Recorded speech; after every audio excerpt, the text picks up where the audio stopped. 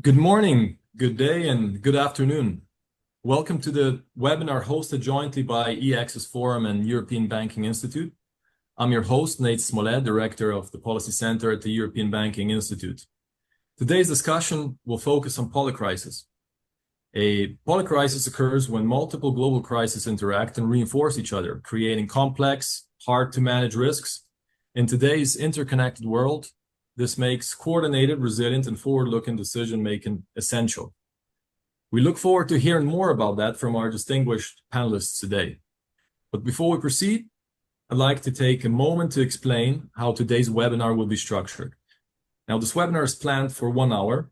Our speakers will begin with a presentation, followed by a brief discussion that I'll moderate, which should leave us with some time for additional questions from the audience. And in that part, the audience is welcome to pose questions in the Q&A tool, which I'll then include in the discussion. In case there will be several questions, the panelists have indicated availability to extend the webinar and respond to the few more questions from the audience. And now allow me to briefly introduce our esteemed speakers. And we'll start with Joe. Joe Paisley is president of the GARP Risk Institute, the thought leadership arm of the Global Association of Risk Professionals. Set up in early 2018, the Institute now focuses on climate and nature risk management thought leadership. She hosts the GARP Climate Risk podcasts. Her career began at the Bank of England, where she worked in a variety of roles across macroeconomics, statistics, supervision, and risk. Her last role was as a director of the Supervisory Risk Specialists Division within the Prudential Regulatory Authority, where she was heavily involved in the design and execution of the UK's first concurrent stress test in 2014. She left the bank in 2015 and joined HSBC as their global head of stress testing. She's also worked as an independent stress testing consultant, advising firms on how to get the most value out of stress testing. Next, we have Professor Otwin Ren.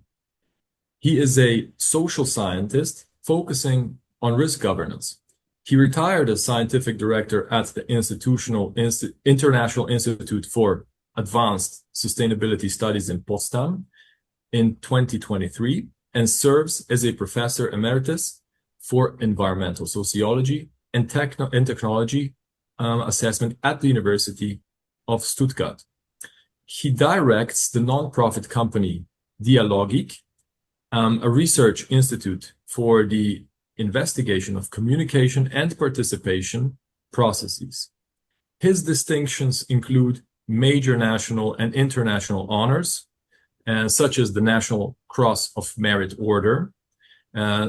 Further distinctions include also honorary doctoral degrees from leading universities and prestigious awards from professional societies in risk and disaster research. Professor Ren is a member of the German National Academy of Sciences, Leopoldina, the Berlin Brandenburg Academy of Sciences, and of the German National Academy of Technology and Engineering. He's published also more than 250 peer-reviewed articles, and his most prominent English publication is the book Risk Governance, Coping with Uncertainty in a Complex World. And of course, we also have AJ Gambir. AJ is the director of Systemic Risk Assessment at the Accelerator for Systemic Risk Assessment, the ASRA.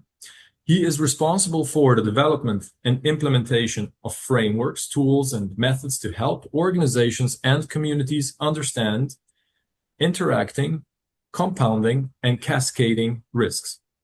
AJ is also a visiting senior research fellow at the Imperial College London, where he previously worked on climate change mitigation, the energy transition, and associated physical and transition risks, using integrated assessment and energy system modeling.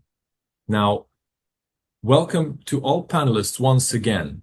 We'll start with the opening statements, as mentioned at the beginning. The opening statements should include about 7 to 10 minutes of a discussion per panelist. And after that, we will go into panel Q&A session.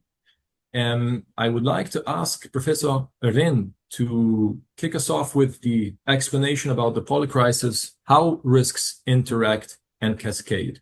Professor Ren, the floor is yours. Well, thank you very much also for the very kind introduction. I'm very happy to be here for this webinar, and I hope I can share some of my thoughts and my insights with the distinguished audience. The first term that I would like to explain is the term polycrisis. And the term has been used very often in the last few months, but it's fairly new. It was first introduced by a French author around 15 years ago. What it means is that we have plenty of crises that interact with each other to the effect that the impacts of all these crises together are more severe and more in scope than all the added effects of each crisis separately. So that's the main point here, is that we have an extraordinary impact just by having these crises interact. And that makes it so difficult for all of us actually to deal with these polycrises, because one crisis affects the other one, exacerbates and sometimes amplifies these effects, and also may lead to third effects that are unseen or not even predicted, because nobody had in mind that these types of crises do interact. And so we can see that, for example, a crisis like a war can have an impact on economic prosperity, but also on various supply chains that can have an impact on a political system. It could have a strong impact on public protest and maybe even uprising. It can have impacts on ecological quality and on climate change. And all of that, of course, interacts. And so very often it either cascades or amplifies each other. And that's kind of the major element of polycrisis, that we either have three types of interaction. One is what I said already, amplification. And amplification means that one crisis amplifies the next one. So the first one has some impacts, but those impacts then amplify, exacerbate the impacts of the second one. We can have the issue of cascading, and cascading basically is that one crisis drives the next, the second one drives the third, and that drives again the first. So we get a cascading effect that always gets worse at each round of interaction. And the third one is contagion, that one crisis makes vulnerabilities in another system. These vulnerabilities lead to another crisis that enact other vulnerabilities in other systems, and then it goes on and goes on. And we can see something like that right now with the Hornet crisis that we are facing right now in Iran and the United States and other involved parties, that we can see that vulnerabilities are being almost constructed in lieu of these various interactions between the countries. And we can see that, yes, we face quite a few of those vulnerabilities, and with some of the impacts that we can see. A very key term when we talk about polycrisis, systemic risks, and that have already been mentioned. Systemic risks is a kind of the predecessor, or precursor for polycrisis. So the risks are something that is a mental construct that we have in order to find out something about the future or find out about something that could happen. And of course, systemic risks are the kind of precursors for polycrisis to happen. And again, the systemic risks have some properties. The first one is that they're very complex because, as I said, all these crises interact, all these risks interact, and we know probably quite a bit about each of the risks, but we know very little about their interactions. Secondly, and again, that's close with polycrisis too, is that we have intersectoral, transboundary, transsectoral impacts, which make it very difficult to manage these kind of systemic risks because they just have a very wide scope of impacts, and many different agencies and organizations are responsible for each of these impacts, but they normally do not cooperate. And thirdly, we see that we have very often deep uncertainty, so we don't know exactly how these interactions occur. And this deep uncertainty is sometimes also accompanied with trigger points. It means nothing happens until such a trigger point is being reached, and then the whole system collapses. That has been observed in the financial crisis of 2008. It has been observed in a lot of ecological systems, and we're still, not quite sure whether it will happen with climate change and some of those aspects there, and with all the so-called planetary boundaries. That once you trespass these boundaries, it's not quite clear what's going to happen, and it may be so severe that there is no way to restore the original state again. The fourth thing about systemic risk is that they're very ambiguous. That means this ambiguity is something that can become highly politicized. They're part of a polarized political debate and a discourse, and very often very difficult to manage and even more difficult to communicate.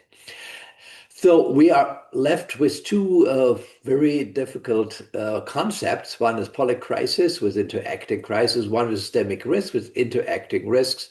That has an impact on assessment. So we probably need to place more emphasis on vulnerability studies and resilience than on classic risk assessments, because we don't know the probabilities of each of these occurring, and specifically of these interactions. So we need to focus on the system itself, on its vulnerability, and if it's resilient enough to actually cope with all the stresses at the same time. And then we need stress tests and other kinds of methodologies that help us to find out whether we are able to deal with these systemic risks and polycrisis.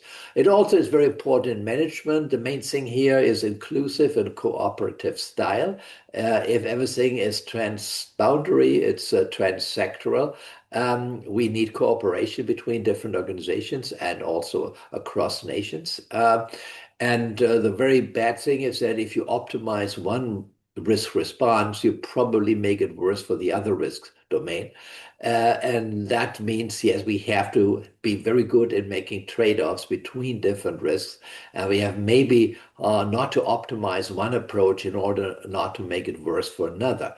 And that, of course, makes management difficult. We need cooperative management, as I said, but also we need inclusive management, meaning that the stakeholders that very often have specific anecdotal knowledge or specific experiential knowledge need to be included in order to find a good management style. And finally, risk communication. There's nothing more difficult than to communicate about polycrisis and systemic risk. People understand that those are appearing, but they don't understand the causal or functional relationships between them. That gives rise to a lot of conspiracy theories because they seem to be more obvious and more credible than the scientific assessments. And that's very difficult to get through these kind of conspiracy theories or background theories that are not true, but have a lot of attractiveness for people. And so there's also a challenge for risk communication. So we'll leave it to this to say polycrisis is a new, not a totally new phenomenon, but it has become, I think, much more visible in the world. Secondly, we have more of these systemic risks that interact and leave the world a different way than if you look at each risk separately, and that provides very difficult challenges for risk assessment, for management, and for risk communication. Thank you very much. Thank you very much, Professor Lin. And may I say, it is indeed a very, very tricky territory to understand right off the bat, but I'm sure that AJ, as our next speaker, will try to bring a little bit more clarity through the example of energy transition, if I'm not mistaken, AJ. And I do believe you have some slides for us as well. The floor is yours, AJ. Thanks very much, Nick. Thanks, Altwin. I hope you can both hear me and see me okay, and that the slides are now up in sharing mode.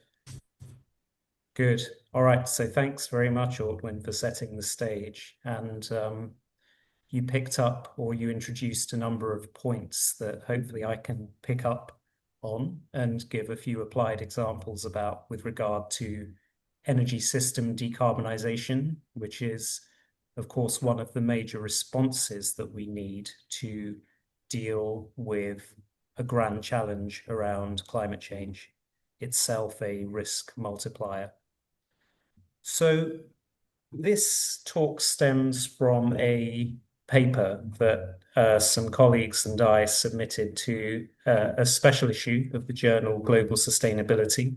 And I believe that Ortwin and many others, including Michael Lawrence from the Cascade Institute, who I think might be on this call, as a viewer, were generously guest editing and inviting submissions for. And we thought it was a good way of demonstrating how the energy system is deeply embedded within other systems and therefore subject to all of the interconnections and potentially risk trade-offs, compounding, cascading, and amplifying risks that Ortwin was just speaking about. Just to give you a bit of context on the low carbon energy transition. So this is a little bit old now. It's maybe 3 or 4 years old, but the overall broad sweep of the figures is not too out of date. We're looking at essentially $100 trillion challenge and maybe opportunity in terms of investment needs to 2050. So really over the next quarter of a century or so. It's extremely urgent because we are now at the cusp of overshooting the 1.5 degrees Celsius temperature threshold that forms the heart of the Paris Agreement on climate change. We can see that a lot of this $100 trillion plus, or maybe $3.5 to $4 trillion of investment annually to the period of 2050 is in the power sector. And that should be no surprise. We're seeing lots of talk about the rise of the electro-state to contrast with perhaps the petro-states that have wielded lots of power and influence over past decades. And that's about new power lines, that's about distributed generation from renewables like wind and solar, that's about upgrading and renewing power networks. It's about storage. You know, we've heard lots about lithium ion and other battery storage technologies which lend grid flexibility, given that we're going to increasingly rely on renewables which have variable generation because they are weather dependent and so on. So this is a big investment opportunity. It's going to require heavy physical capital intensive equipment, huge trade reliance in terms of where one sources one's input materials, one's solar panels, one's other low carbon technologies from, and lots of cross-border infrastructure. I could show you a chart if I had more time about how power lines are getting longer and longer, in many cases spanning countries and continents. And HVDC there, for you who are uninitiated, means high voltage direct current lines, which are now running into the several 100 or even 1,000 kilometers with small power losses because of the very high voltages that they run across. So it's already a challenge, but that's without even considering energy's interconnections with other systems. And so we drew, colleagues, Ashwin Seshadri and Ramit Debnath and myself, we drew a systems map as the heart of our paper, which is called Navigating Systemic Risks in Low Carbon Energy Transitions in an Era of Global Polycrisis. And what we were trying to do was highlight, using some recent evidence, how the energy transition is highly interconnected with things like an increased demand for mineral mining, how it could have impacts on economic output, how if it was a rapid transition away from fossil fuels would have consequences for fossil fuel jobs, how the energy infrastructure itself could be damaged by extreme weather that stems from global warming. We also brought in things like geopolitical tensions and the role of increasing AI compute and power, and how AI, for example, could enhance technology innovation, which might speed up the transition. But on the other hand, if it's seen as a competitive rather than collaborative technology, could help to stoke geopolitical tensions. There's a lot going on in this diagram and probably a bit too much for me to explain in this short opening statement. But what I'd like you to take away from it is a feel for how many different things are interconnected and how the blue arrows, which are particular consequences stemming from the transition, often then lead back through a chain to the red arrows, which are particular risks to the transition itself. So everything is interconnected, and these can give rise to sometimes vicious cycle or pernicious feedback loops, and occasionally feedback loops which help themselves or dampen. But in more cases than not, they tend to, unfortunately, if not managed well, be self-reinforcing or vicious feedback loops. So they require a lot of attention and management and consideration.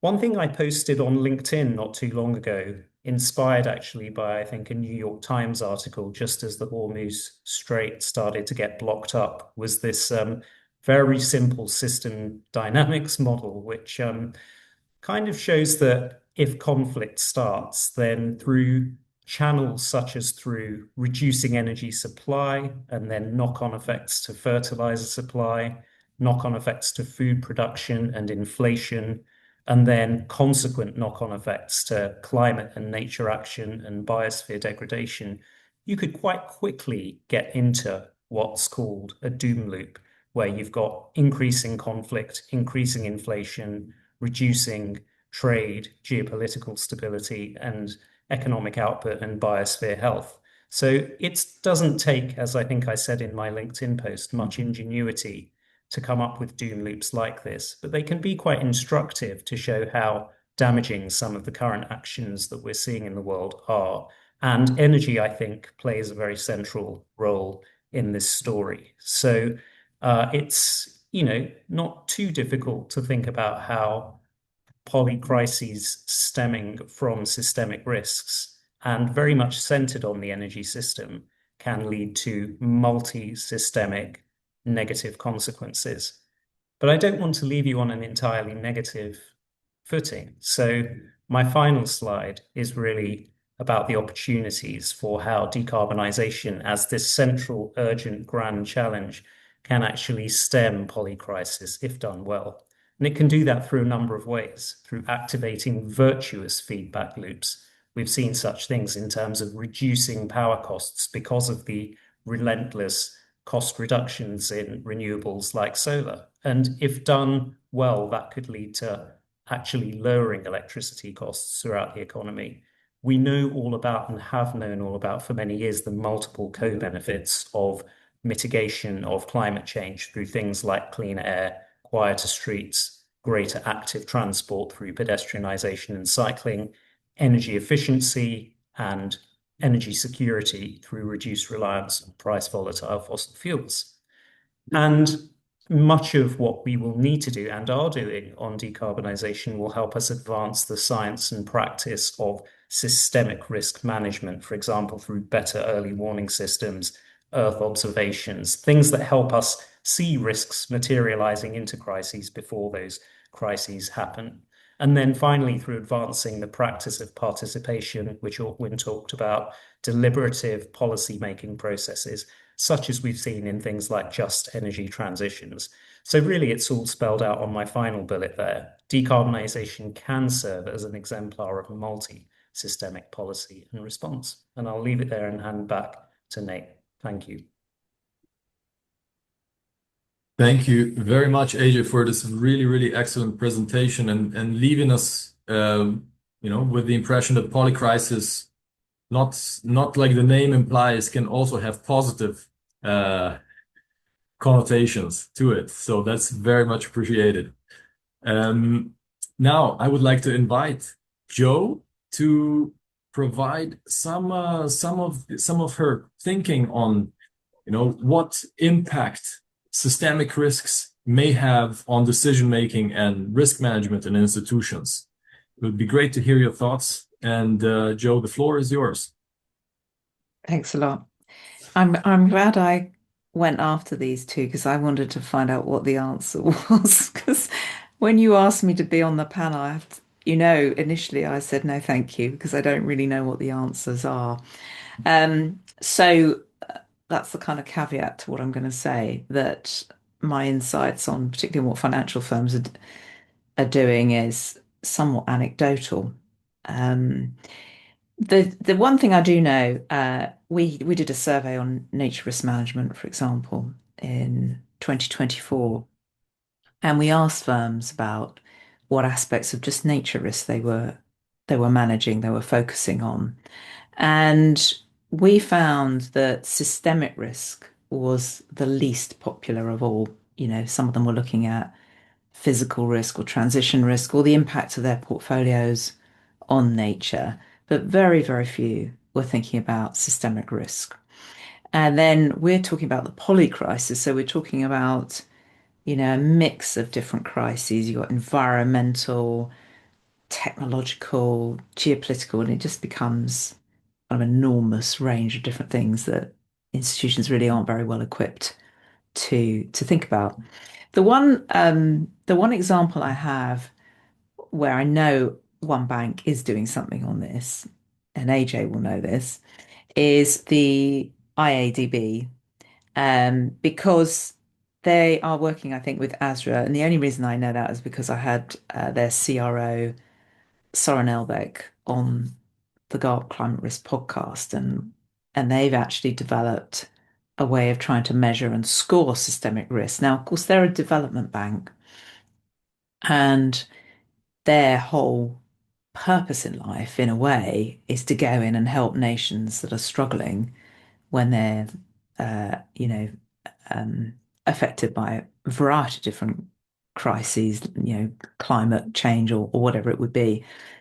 So I asked around a little bit. I asked one bank, a couple of banks that I know, commercial banks, do you do anything on systemic risk? And the kind of responses I got was, well, we've got a sort of horizon scanning, measuring and monitoring type function. Sort of, the kind of classic top and emerging threat framework. Um, and typically it was quite specific to their particular institution. But they are thinking about things like geopolitics, demographics, climate change, nature breakdown. Um, And so they're beginning to try to have conversations about the interconnectedness. There may well be a whole load of banks out there that I don't know about, but I just haven't come across very mature um, frameworks within existing banks.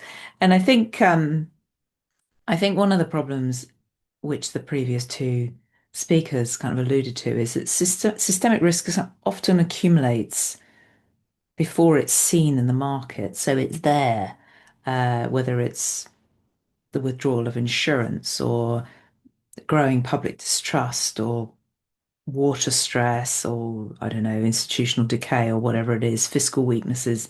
They're rumbling along, and it's kind of putting them all together, and how is that going to manifest and how is that going to affect a portfolio? So I think we need to do an awful lot more thinking about how to develop early warning systems, new dashboards, new ways of thinking about the interconnectedness of these systems. One final thought. I recently read a really interesting piece by Indy Johar, who looked at risk in a broader sense, um, not just as an asset level, but about the underlying assumptions that are needed to ensure that financial values remain viable over time. So, for example, if you're an asset manager, just how much of your investments assume that affordable insurance will continue to be offered?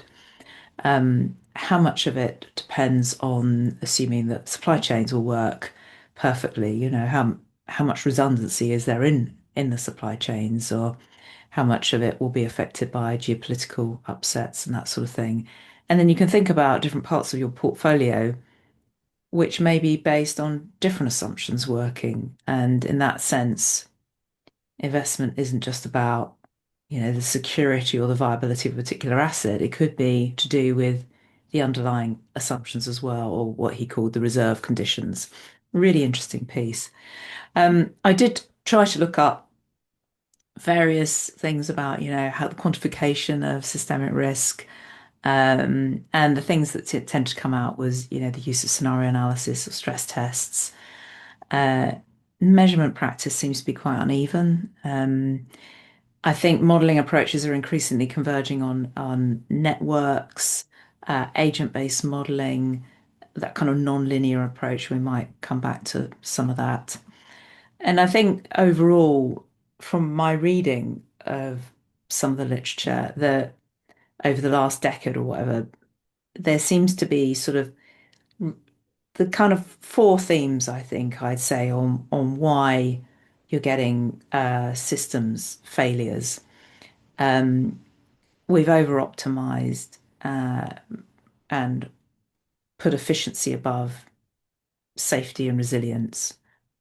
Just look at just-in-time supply chains. We've under invested in preparedness. So those kind of desktop exercises where you're sitting around and thinking about a scenario and rehearsing and working out what your response is. We're not very good at cross-sector coordination.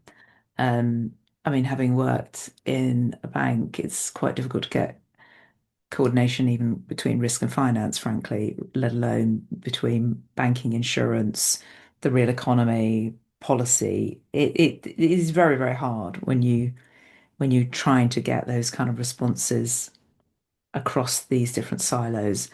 And probably inadequate data sharing as well, and and kind of lack of common understanding across different disciplines of what the nature of the problem is. I suspect if you ask somebody, well, a group of 20 bankers or asset managers, what do you understand by polycrisis? You probably get 20 different responses. So it's not a mature area of risk analysis at the moment. So that's some sort of random thoughts really from me. Yeah, Joe, I mean, I know we were a bit more persistent with inviting you to this webinar, but I hope we've proven you right to invite you here to hear your thoughts, which were exceptional as always. Really, thanks a lot. And I think this concludes our first session of the webinar today. Now, we heard a lot. There's a lot of information that needs to be digested. But there's additional few questions that I have for our panelists before we open the floor to the audience. And I would like to start again with Professor Ren. And I know you've alluded to that already to some degree in your introduction remarks, but your work highlights let's say, the limits of traditional risk concepts when uncertainty and ambiguity dominate. Now, where do you see the most important conceptual blind spots today, and in how policymakers still frame systemic risk? And if we could perhaps limit ourselves or navigate toward climate and energy transition here, that would be nice to hear. Yeah, well, thank you very much, Nate. The first thing is, and I alluded to this already, is that we are probably not well advised to invest too much time and money into traditional risk assessments, trying to find a probability distribution for all kinds of causes that could lead to polycrisis. The first thing, there are too many. Secondly, even very unlikely ones, if there are many of them, one of them will happen. So out of 1 million events with a probability of 1/1,000,000, one is very likely to happen, and we cannot deal with all 1 million at the time. So I think we should really focus on the what we call the risk absorbing system, and that could be society, it could be an ecosystem, it could be the economy, it could be a sector. And then we're looking at, if we model different types of stress, specifically a combination of stressors, and then test whether the system is able to cope with it. We will never have exactly the incidents that will actually lead to polycrisis.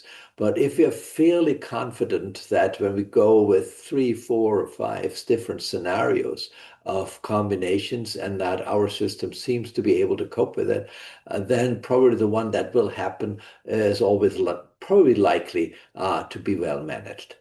And now we're looking, if we do these kind of stress tests, we look at where are weak points. And the weak points could be the technology, so physical aspects. Very often it's not the technology, it's organization. So we don't need more flexible organizations. We need adaptive organization, adaptive management systems. Very often it's cooperation. We can see that, for example, the pandemic, where the health systems didn't work very well with the economic support systems, not very well with the educational system, and so on. So they all were competitors for resources rather than trying to work together. And so this is the second point, looking at organizations.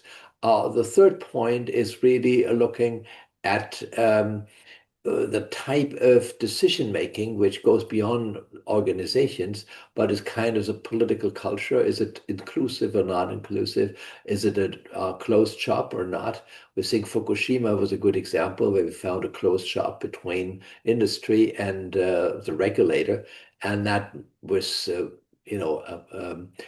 a really problematic kind of closed shop in which all kind of stress were just not even imagined to be happening. So that's one point, and that's a point where we think it's very important to do these kind of stress tests, or we can do a reverse stress test, that we start with the event and then we look what kind of stresses could actually lead to that event. And we've seen it with banking system. I mean, tests have been made, but we can also see it with physical infrastructure and with other kinds of risks. The second point, and I think, Aya, you mentioned that very prominently, is that if everything is connected with everything, that means also we can find those points in the system where we can include positive feedback and positive transitions that may impact many systems at the same time. So, if we very often look only at the negative part of it and say, okay, if we have one trigger point that will have negative impacts on all kinds of different domains, but we can also reverse it. I could say, if we make a right intervention, that intervention can have positive repercussions in a whole set of very, very different domains. And very often in the for environmental field, if you think of energy, food systems, and water, we basically, if we have just those three things in mind, we basically can deal with all the ecological crises. And that's kind of the thing that we need to do. We need to look at those knots in the system that have multiplying impacts into other systems. And if we can identify them and then be, pushing the right button at the right time, that can have multiple effects. And I think that's a positive answer to this. Interconnections can be used also as a positive instrument to influence different systems with just one intervention. Indeed. Wow. Yeah. These, I suppose the tricky bit indeed in all the research and analysis is to find those knots and leverage on. And I think in your work so far, you've been highlighting quite a lot, the approaches and how to get there. And one thing that strikes me, if I may, as a sub question here, is your distinction on, the participatory and deliberative approaches, and related particularly to the deep uncertainty. Is there a chance you could explain that terminology as well, and maybe just help us get into this management of deep uncertainty in within the context of polycrisis? Yeah, well, thank you very much. It's a very, very important aspect. I think, when I started my professional career in decision sciences, the kind of optimal thing was the win-win situation.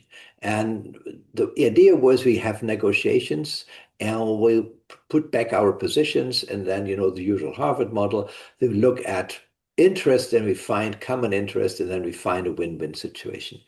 I think in a polycrisis, this is very rarely to happen. We really face very serious trade-offs. That means very often, we have some interventions that will actually help in one crisis, but it will actually exacerbate another crisis. And that happens very often. So we have to find out what is, let's say, a benefit in one area versus the disbenefits in another area. And if you want to do this, we have to have some kind of a yardstick for measuring benefits versus risks, positive aspects versus negative aspects, and how do we make that decision? How much is one unit worse in a unit in another system? And that kind of decision making really necessitates the input of different stakeholders, because those are the ones that either suffer or benefit from the decision, but also the general population. I mean, what are their preferences? And what we see right now is big democratic crisis, because we have talked to people, or a lot of politicians have told the people, well, we'll get a solution and nobody gets hurt. And everybody will win in the end. And now people acknowledge they don't. and that makes it very difficult for them. That's why politicians lose trust, because they have promised something that they cannot keep, not because they don't want to or they're not able to do it. It's just that polycrisis don't allow them to do it. And that means we need a different form of decision-making management, and saying, what are fair and just trade-offs? And how can we make them justifiable and legitimate, vis-a-vis that we have different distributive impacts? How can we make them somehow fair to the various populations? And the best thing to do this is to include them and to say, look, guys, there's not a free lunch here.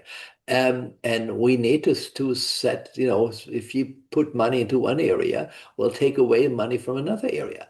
And you decide what's your priority. And if we really include people in doing this, I think we get more acceptance.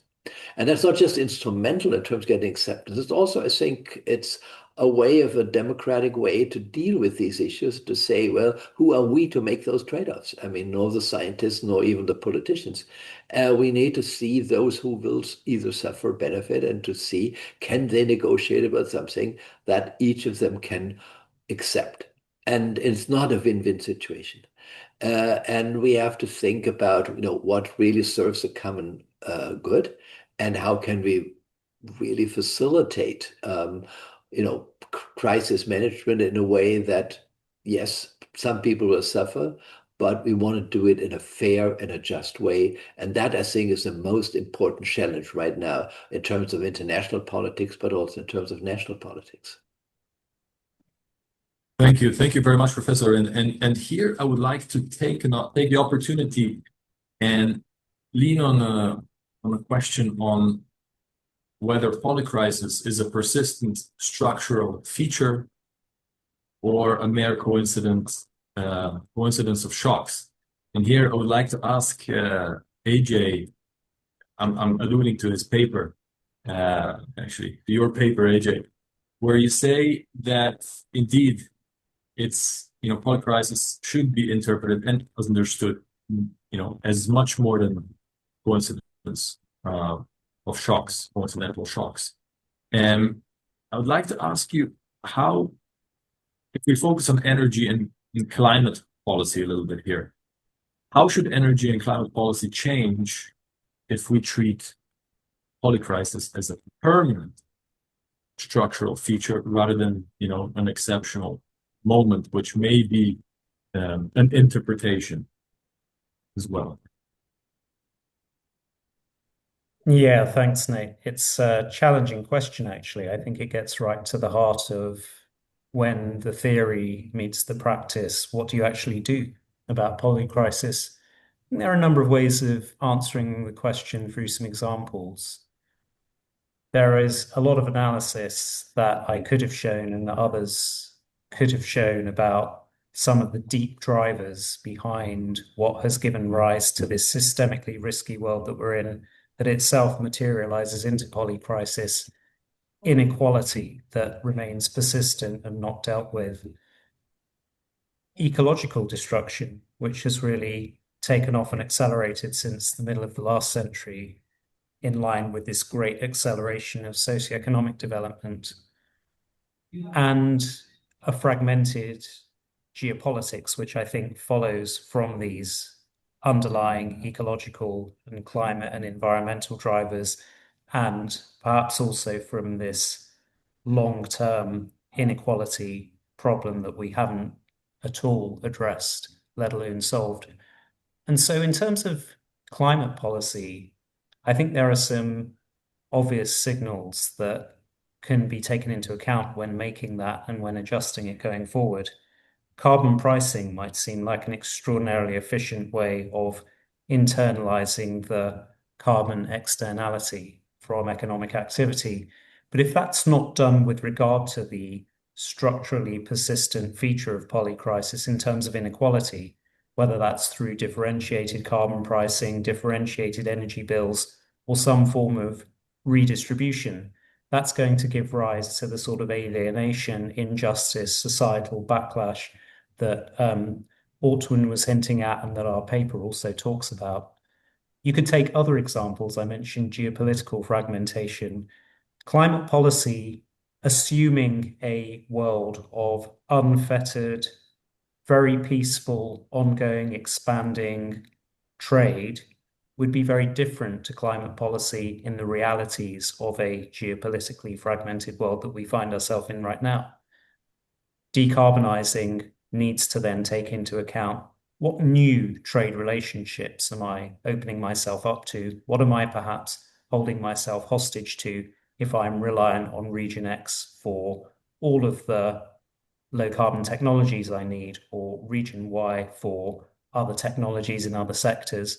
So some kind of regard to resilience and redundancy, and whether you can manufacture and develop technologies within your country or region or source them from lots of different places is, I think, a core consideration given the realities of polycrisis. You could also look at things like critical minerals. We see, and I talked about electrification, the rise of the electrostate, decarbonization of the electricity sector, lithium-ion batteries, electric vehicles, and so on and so forth.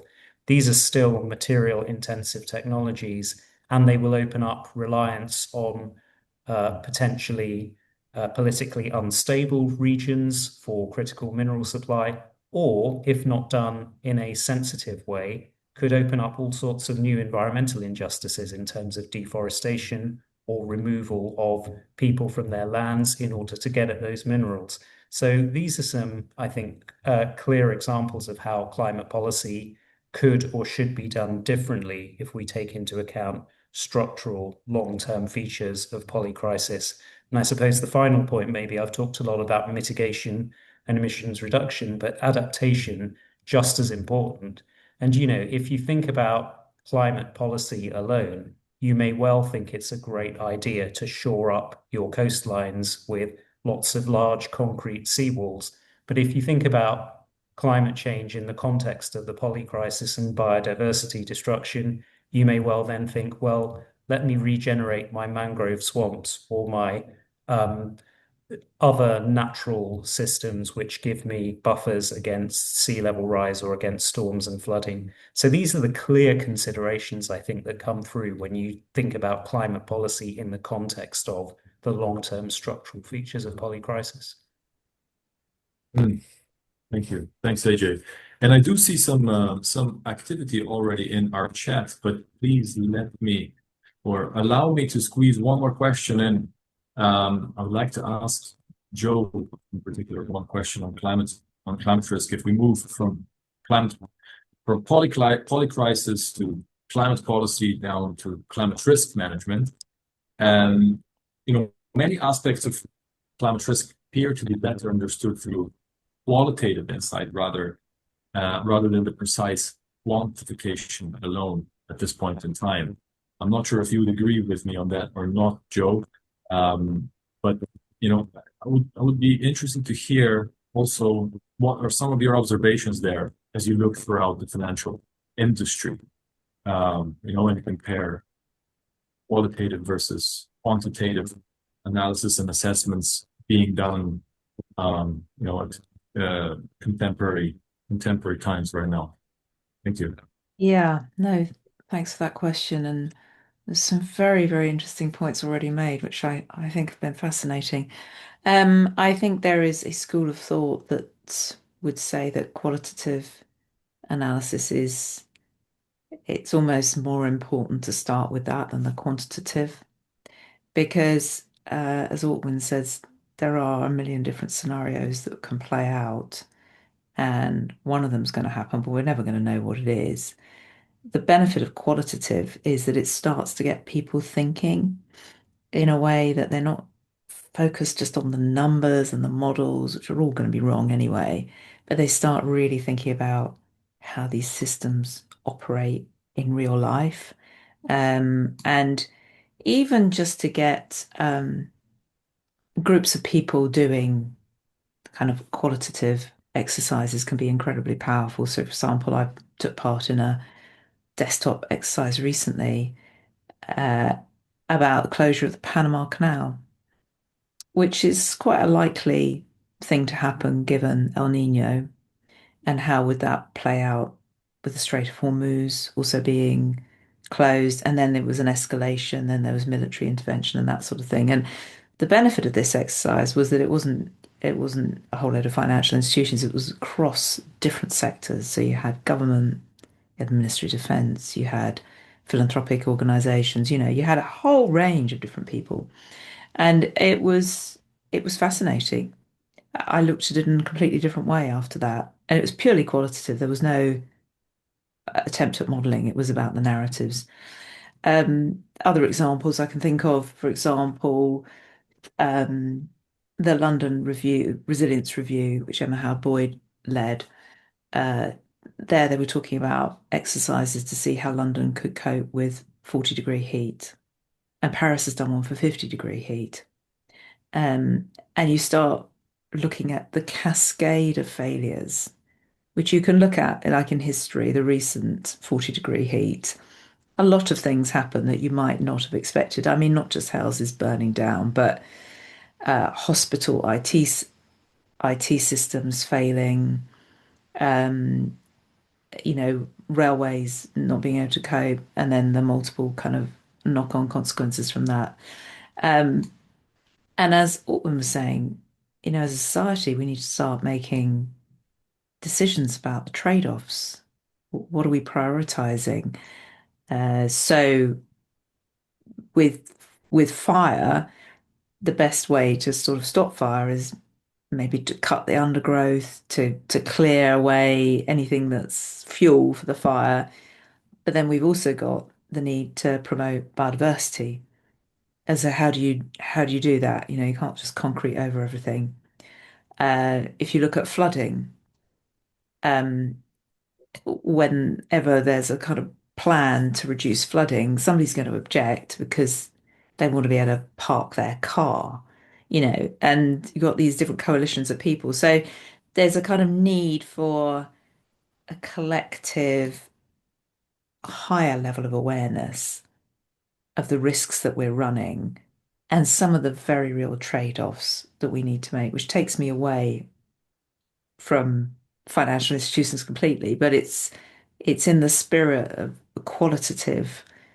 We're using the experiences we've lived through, and we're learning from the failures that we've seen, and it brings it to life for people. I think that's probably what's missing here.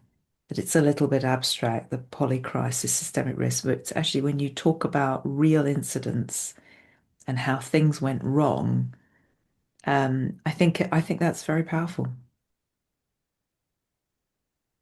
Excellent, Joe. Thanks. Yeah, thanks a lot. And I know that we're short on time potentially to include additional questions in, and but as we said at the beginning, we are happy to extend by a few minutes.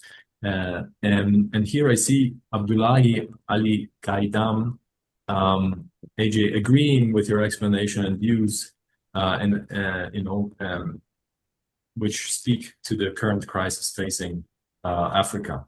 That's that's one of them. But like Joe, when you discuss trade-offs, and this question is not particularly linked to you. I'm happy if anyone else would like to address this. But Elizabeth Jacobs put a question in the chat where she's asking, what are your views on trade-offs being made in the financial sector? And as an example, prudential standards may be lacking in a precautionary approach to addressing polycrisis elements, where governments appear to be unwilling to forego what are seen as lower economic growth that looser capital standards could supposedly provide. And the specific question as well is, do you have any opinions about whether the Financial Stability Board did or does serve as an effective way to surveil and mitigate systemic risks? So would any of you be familiar with the Financial Stability Board trying to go into the direction of looking at polycrisis, potentially systemic risks, and addressing that cohesively, or is it more in partial ways potentially? Well, I think on the Financial Stability Board, I mean, they do bring together central bank supervisors from around the world, as do other groups like the NGFS, for example, on the climate and nature side. And I think they're more looking at systemic risk, but not necessarily in the context of the polycrisis. So I think that's where this is different, because we're bringing in all of these different systems, and I'm not aware that they've done much on that kind of thinking. I suspect that at the moment, given political situation, it would be quite challenging to get a kind of rigorous debate about the polycrisis. I just think some parts of the world would even deny that there was a polycrisis. On the prudential standards, I'm not sure what this is saying. So prudential standards may be lacking in a precautionary approach. So in other words, that would require higher capital requirements, because there's all this risk. Whereas governments want to keep them lower because they want to push for growth. I don't see any evidence of that particularly. I mean, the capital requirements are calibrated in a way that is based on measurable risk.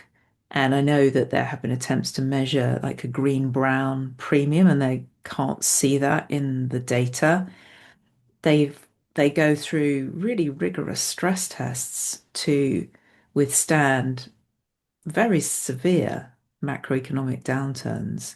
So I don't know whether piling on more capital requirements would actually necessarily help, but that's just kind of because it's so vague what this polycrisis risk would be and how would you calibrate it. So yeah, I don't know. Thanks. Yeah, thanks, Joe. I think no, this is it's very valid to have this discussion as well. And thank you for your views. But I see that there's another question from Pascal Ville, and I see AJ has indicated that he's happy to respond to this question live. And the question is, any thoughts about new types of risk that may arise in decarbonized economy, and how to analyze and manage this? For instance, renewable energy is more capital intensive, possibly causing more interest rate risk, notwithstanding the benefits of decarbonization. AJ, the floor is yours. Yeah, thanks, Nate, and thanks, Pascal, for a great question. I was keen to engage with it because I think it's a very good point. And I think that the history of setting out decarbonisation pathways has been very much one of running computer system models to work out what the estimated least cost pathway is, but without really much regard to these emergent risks from a decarbonised economy. I think you point out a very good one in terms of interest rate risk if you're dealing with more capital intensive technologies. But I think it's also important to then have a greater, more explicit set of scenarios which stress test different energy system configurations. So, yes, you could have higher capital intensive energy systems with renewables, but you would then be avoiding the kind of fossil fuel price risk that we're seeing at the moment. Or you might decide that, yeah, that is a really legitimate concern, and there therefore needs to be some role for governments and public funders to help provide some kind of support to the interest rate uh, or the financing cost for those renewables. Maybe, as I've argued actually in a past paper, that given we may be not too far away from another financial crisis and we are in a fairly macroeconomically febrile environment, there could be an argument for an overbuild or an even more rapid build out of renewables and low carbon technologies today when the financing costs are potentially relatively lower. So these are not definitive answers to what should be done in scenario X or Y, but I would very much agree that that kind of risk analysis, even for a low carbon system, needs to be done. And there could be other risks unearthed as well. We need to have a much more delicate dance of matching supply and demand as we go into a low carbon world because of the variability of renewables that I spoke about and the need for much better forecasting of, for example, weather. So when the wind is coming in, when the sun is there, and smarter systems. There could be therefore a role of AI, but that might give additional vulnerability to cyber attacks and so on. So all of these things need to be thought about. There may, in many cases, be resilience measures that could help shore up these systems in each case. And I hope I've given a little bit of a hint of some of the responses there. Nate, could I just add one thing? I think what AJ's kind of another way of putting it in a way is that a lot of people talk about risk as if it's the opposite of opportunity. People talk about risk and opportunities all the time, and of course that's just not true. There are masses of risks in every new opportunity, but there's different types of risk. And so I think we've probably got to be a little bit more specific, whether it's interest rate risk or credit risk and who that risk is affecting. Because there's risks of staying with the current fossil fuel system, obviously massive risks in terms of the environment or whatever, but there are risks of moving, and we just got to be a little bit more explicit and recognize that risk is not the opposite of opportunity.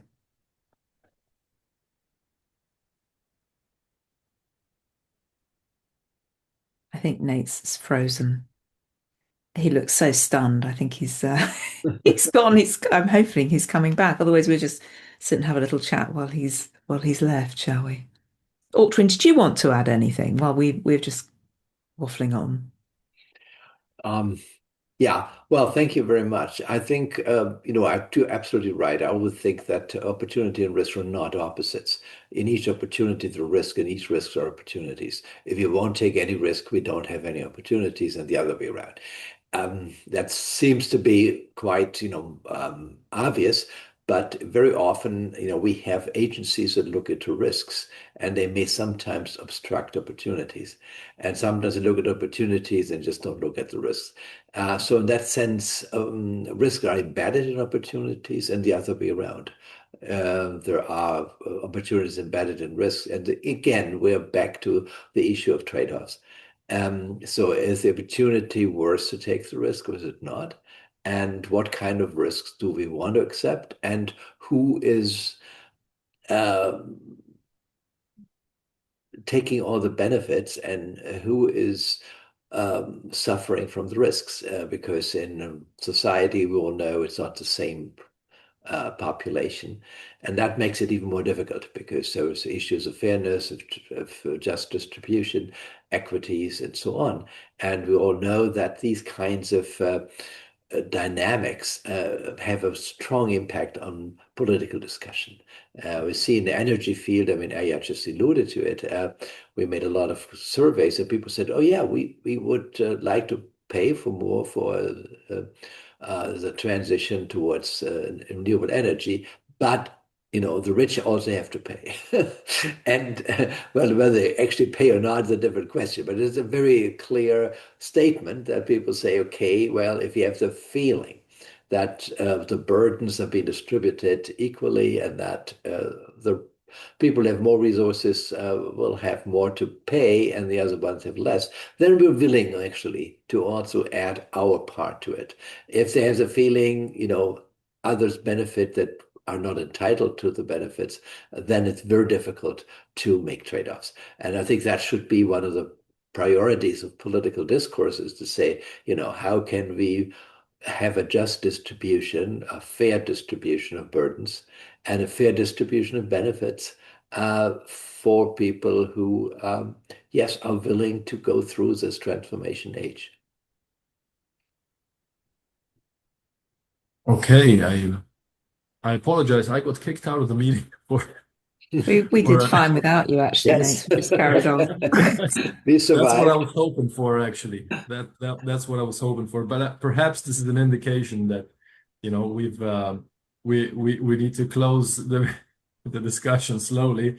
I'm really grateful that to the panelists that, again, they have joined us for this discussion, this particular webinar, their time and their willingness to extend a little bit beyond the hour, which was agreed upon initially. So yeah, this brings us to the end of today's session, and I hope that everyone has enjoyed this installment of the joint e-Access Forum and EBI Policy Series. As I said, again, I would like to thank our panelists today for this wonderful discussion, very broad and at the same time targeted discussion.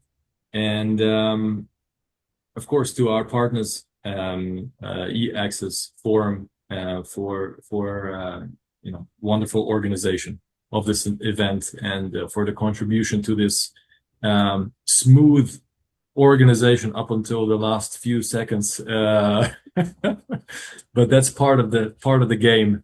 Yeah, at the risk. And yeah, that's a risk every time, but I hope that it has been still we still managed to surpass it. Thanks, Well, Nate. yeah, thanks everyone for your attention once again, and hope to see you next time again. Have a wonderful day. Thank you. Bye. Bye-bye. Thanks, Bye. everyone. Bye-bye. Bye. Bye-bye.